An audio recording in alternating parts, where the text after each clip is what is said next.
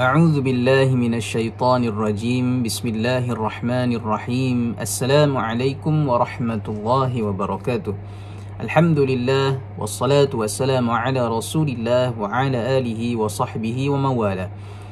Muslimin dan muslimat sidang penonton yang dirahmati Allah sekalian, kita bersyukur kepada Allah Subhanahu wa taala kerana masih lagi diberikan ruang dan peluang untuk kita bertemu lagi pada siri kali ini dalam perbincangan kitab At-Tibyan fi Adab Hamalatil Quran, iaitu kitab tentang tata tertib pembaca Al-Quran. Sebelum kita meneruskan kepada perbincangan kitab pada kali ini, suka untuk saya mengajak sidang penonton untuk subscribe YouTube channel TV MAMBS, boleh follow Instagram Masjid Al-Muktafi Billah Shah iaitu mambs.kt, dan boleh like serta share Facebook page Masjid Al-Muktafi Billah Shah. Di sana kita sediakan pelbagai pengisian maklumat info yang bermanfaat, termasuklah berkaitan dengan kitab yang akan kita bincangkan sambungannya pada hari ini, iaitu kitab At-Tibyan fi Adab Hamalatil Quran. Hadirin mukminin sidang penonton sekalian, hari ini kita akan menyambung kepada fasal yang bertajuk jangan menjadikan Al-Quran sebagai sumber mencari wang pada bahagian yang kedua.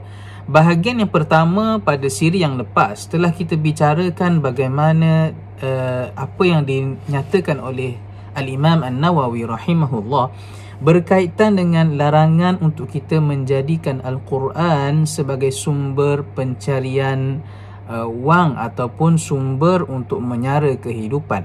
Ini berdasarkan hadis-hadis dan dalil yang dinyatakan bahawa larangan untuk kita menjadikan Al-Quran selain daripada tujuan untuk mencari keredaan Allah Subhanahu wa taala, seperti menjadikan Al-Quran dijual sebagai tangkal ataupun dijadikan khidmat Al-Quran ini sebagai satu perkara yang perlu dibayar-bayar dan sebagainya. Kerana berdasarkan beberapa hadis, antaranya yang disebut oleh Nabi SAW dalam riwayat Abu Daud, Nabi SAW menyebut iqra'ul Quran min qabli an ya'tiya qaumun yuqimunahu iqamatal qadahi yata'ajjalunahu wa la yata'ajjalunahu. Kata Nabi SAW, dan kita telah bicarakan pada siri yang lepas pada bahagian yang pertama, iaitu kata Nabi, bacalah Al-Quran sebelum sampai waktu nanti ada orang yang akan membacanya seperti yang orang yang meneguk gelas air. Mereka hendak segera menghabiskan bacaannya dan tidak membacanya secara berperenggan-perenggan. Ini telah pun kita jelaskan pada perbincangan yang lepas, maksud ingin menghabiskan bacaan Al-Quran dengan cepat kerana tidak sabar menantikan upah yang akan dia dapat hasil daripada bacaan Al-Quran. Namun pada bahagian yang kedua ini, fasal ini akan kita bicarakan apakah hukum mengambil upah daripada mengajar Al-Quran. Kata Al-Imam An-Nawawi rahimahullahu ta'ala, wa nafa'ana bi'ulumihi fid daraini amin ya rabbal alamin. Adapun upah dari mengajar Al-Quran, adapun mengambil upah dari mengajar Al-Quran, maka para ulama telah berselisih pandangan tentangnya. Imam Abu Sulaiman Al-Khattabi melarang mengambil upah kerana mengajar Al-Quran itu. Pendapat yang sama juga disebut oleh Az-Zuhri dan juga Al-Imam Abu Hanifah. Yang lain berpendapat, para ulama yang lain berpendapat boleh mengambil upahnya apabila dia tidak mensyaratkan akan upah tersebut. Dan ini merupakan pandangan daripada Al-Imam Hasan Al-Basri, Asy-Sya'bi dan juga Ibnu Sirin.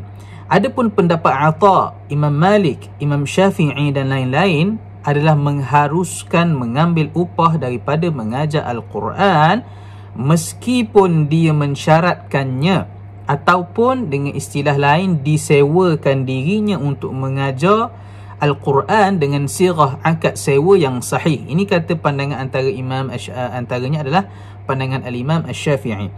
Memang terdapat hadis-hadis yang sahih membolehkan menyewakan diri untuk mengajar Al-Quran itu.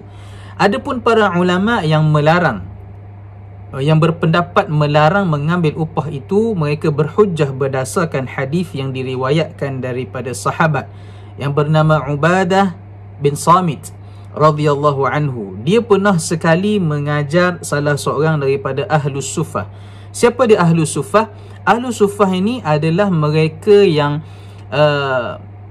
meletakkan diri mereka sebagai ahli ibadah. Mereka ada dalam Masjid Nabawi dan Nabi membiarkan mereka dalam ibadah mereka, tidak diganggu mereka. Bahkan ada sahabat-sahabat yang membawakan makanan kepada Ahlus Suffah ini. Di Masjid Nabi dia ada satu kawasan yang dikhaskan kepada Ahlus Suffah ini. Ubadah bin Samit pernah sekali mengajarkan Al-Quran kepada Ahlus Suffah. Lalu dihadiahkan oleh Ahlus Suffah itu kepada Ubadah bin Samit satu busur anak panah, satu busur panah. Maka Nabi SAW berkata, in sarraka an tutawwaqa biha tawqan min narin faqbalha. Hadis riwayat Abu Daud. Maksudnya, kata Nabi SAW, jika engkau nanti mahu dibelitkan lehermu dengan belitan api neraka, maka terimalah hadiah itu. Hadis ini merupakan hadis yang masyhur yang diriwayatkan oleh Abu Daud. Ada juga berita-berita yang banyak daripada para salafus salih tentang hal ini, iaitu hal apa? Hal larangan mengambil upah dalam mengajarkan Al-Quran. Para ulama yang mengharuskan pula mengambil upah itu menjawab hadis Ubadah bin Samit tadi itu dengan jawapan berikut. Yang pertama, ada kecurigaan. Ini perbahasan para ulama. Ada kecurigaan dalam sanad kepada hadis Ubadah bin Samit tadi. Yang kedua, sebenarnya dia telah bersukarela dalam pengajarannya itu. Maka dengan sebab itu dia tidak berhak menerima apa-apa balasan, kata ulama. Lalu orang yang belajar tadi telah menghadiahkan kepadanya busur itu sebagai ganti.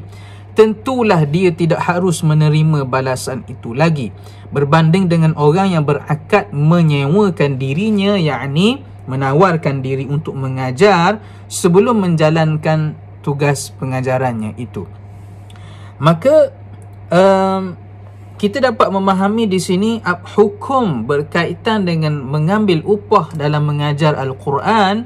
Ada beberapa pandangan. Ada ulama yang melarangnya, ada ulama yang mengharuskan dengan syarat dia tidak mensyaratkan upah tersebut, dan ada ulama yang mengharuskan secara total walaupun dia mensyaratkan akan upah tersebut. Tetapi kita mestilah ingat akan beberapa perkara sabit dengan yang sudah pun kita bincang di awal fasal ini, adalah niat untuk tidak menjadikan Al-Quran sebagai sumber mencari keuntungan. Ya tuan-tuan, sudah pun kita nyatakan di awal perbincangan kitab ini. Tuan-tuan boleh semak semula video-video kita yang lepas. Telah pun kita nyatakan bahawa tidak boleh kita menjadikan Al-Quran sebagai bahan komoditi, bahan untuk kita niagakan. Tidak boleh. Tetapi isu mengambil upah ini adalah khusus kepada para guru, para asatizah, para masyayikh, yang kita kena akui bahawa keperluan kehidupan seorang manusia memerlukan kepada upah, memerlukan kepada keuangan dan sebagainya. Maka atas timbangan itu kita berpada-padalah. Sang guru apabila ingin meletakkan kadar bayaran, janganlah melampau-lampau sehingga menampakkan Al-Quran itu sebagai sumber anda mencari keuntungan. Dan para murid pula apabila ingin memberikan sagu hati, hadiah kepada para guru, janganlah hanya kerana yang dipelajari itu ilmu Al-Quran, maka kita boleh berlebih kurang dengannya. Menjaga adab itu yang lebih utama antara guru dan juga pelajar, supaya tidak nampak guru terlalu bercita-cita akan keuntungan daripada pengajaran Al-Quran itu, dan tidak terlalu nampak murid berlebih kurang dengan apa yang diberikan ilmu oleh guru sehingga dia tidak memberikan apa-apa balasan dan sebagainya. Memang bagi para guru, para masyayikh, mereka tidak akan bertanya, meminta-minta akan upah dan sebagainya, kerana menjaga maruah mereka. Itu merupakan maruah bagi orang yang berilmu. Tidak akan mereka meminta-minta di atas dasar, kerana mereka mengetahui hakikat bahawa orang yang meminta-minta apabila dibacakan Al-Quran, ataupun orang yang meminta-minta kerana mengajar Al-Quran, mereka bukanlah dibimbangi, mereka bukanlah orang yang disebut oleh Nabi SAW sebagai khairukum man ta'allama al-Qur'ana wa 'allamahu. Sebaik-baik kamu orang yang belajar Al-Quran dan mengajarkannya. Bahkan kita dah bincang pada perbicaraan yang lepas peristiwa di mana ada seorang lelaki apabila selesai satu solat jemaah, mereka pergi ke depan di hadapan jemaah, dibacakan beberapa ayat Al-Quran dan ditadah tangan, seolah-olahnya meminta upah daripada bacaannya itu. Sahabat Nabi yang hadir bersama dalam solat berjemaah berkenaan membacakan hadis Nabi, sayaji'u qaumun yas'aluna bil Quran faman sa'ala bil Quran fala tu'tuhu. Akan datang satu zaman, satu kaum yang mereka ini meminta-minta dengan Al-Quran, maka sesiapa yang meminta-minta dengan Al-Quran, yakni menggunakan Al-Quran untuk meminta-minta, maka jangan kamu berikannya. Guru perlu beringat akan peringatan hadis-hadis Nabi ini. Dalam masa yang sama, tidak salah berdasarkan pandangan daripada Imam Malik, daripada Al-Imam Asy-Syafi'i, daripada Atha sendiri mengharuskan untuk mengambil upah.